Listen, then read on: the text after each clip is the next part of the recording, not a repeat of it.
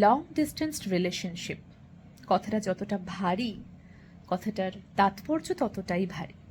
এই শব্দটা যখন আমরা বলি, তখন এই শব্দের মধ্যে যে দুটো মানুষের সম্পর্ক আছে, সেই সম্পর্কগুলোটাও ততটা ভারী হয়ে যায়। এই লং ডিস্টেন্স রিলেশনশিপে সব থেকে কঠিন হয়ে যায় একটা মানুষের আরেকটা মানুষকে বোঝা।